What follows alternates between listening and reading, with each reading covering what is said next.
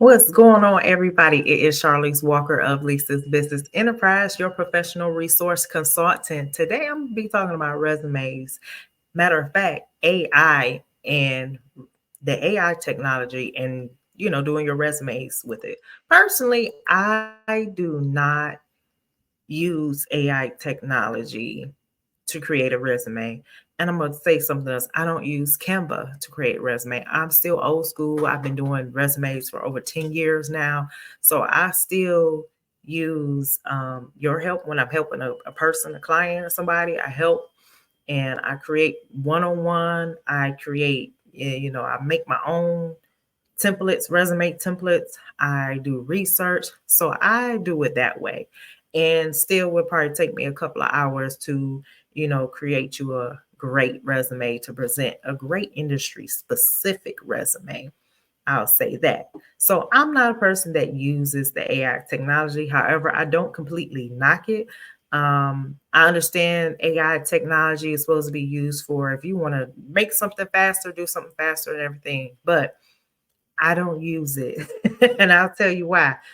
So let's think back. Remember when AI was first introduced, like to the internet for real, and they had the pictures like the cartoon pictures and pictures like or pictures just regular pictures, and it always had like it was like an extra leg or extra hand or extra arm or something on the AI technology. You can tell that it was fake. Even he did real pictures like that too.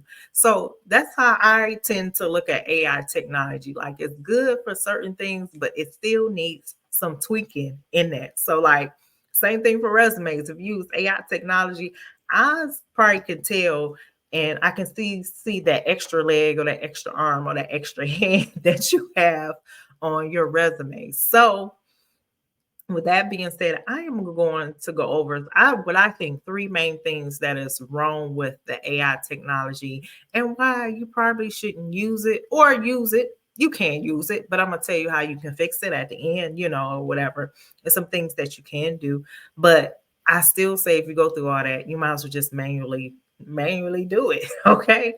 So, in my experience, I would say as a recruiter, there was never, I would say, ATS, pulling keywords or anything. Of my years of working in HR, even as a recruiter, a coordinator, I'm a specialist, there was no the ATS that and I say ATS, the applicant tracking systems, the one that you apply, you go and apply, and it pulls.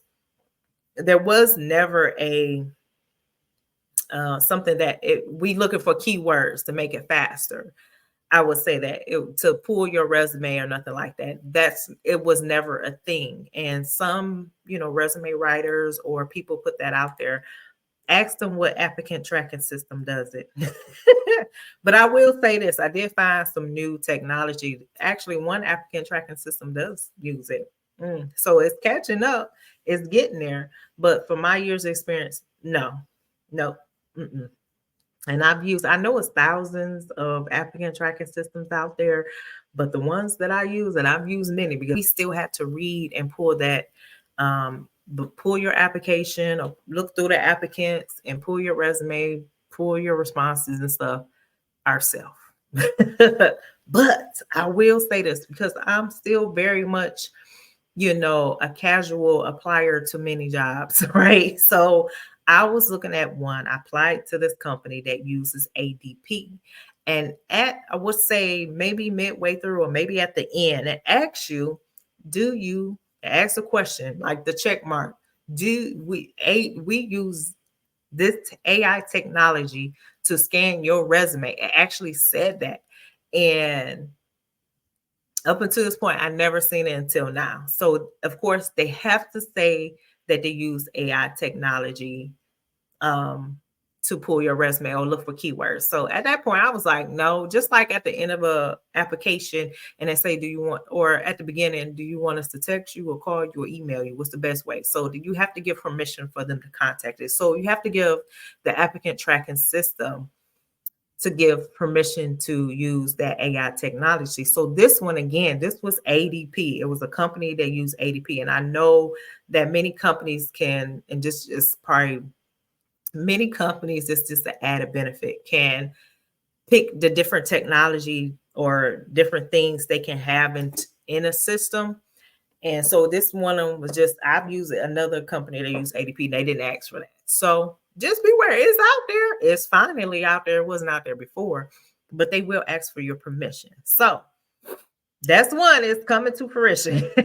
So, um, and also let me get into the 3 reasons why I don't use, and I would say I'm not strongly against it, but I don't use the AI technology at all to create no one's resume. I'm still old school. I'm gonna do it myself, and I don't want to say I do it myself. It's just faster for me. I don't need it. I'll say I don't need it. But one, the one thing is AI cannot personalize content. So your resume is definitely meant to be stood, is meant to stand out with your knowledge, skills, and abilities and your personalized elements. So AI can't tell your professional summary or your ambitions, or it can't fit you for a specific role. So it's those little things, like, I can create it, but it can't fit you in there, what you really want to do, your goals and stuff like that. Number two, AI muffles an applicant's communication capabilities. And I laugh because with a resume, this is your chance to show the one skill that you have is that you can communicate, and AI can ruin it for you. So your resume is it's a marketing tool. It's also, remember, I always say it's your billboard.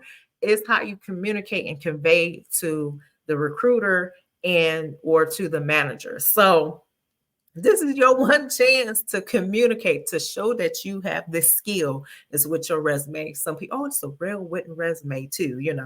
AI will not capture your personality or your career journey. So it won't convey that in a resume when it uses that technology. The third thing is, it may generate false information. Remember the extra arm and the extra leg, the extra hand. So it may misinterpret, some key details to generate false information. Imagine being in an interview, you didn't review your resume, and it has some stuff on there, and they're asking you about that stuff, and you're like, what?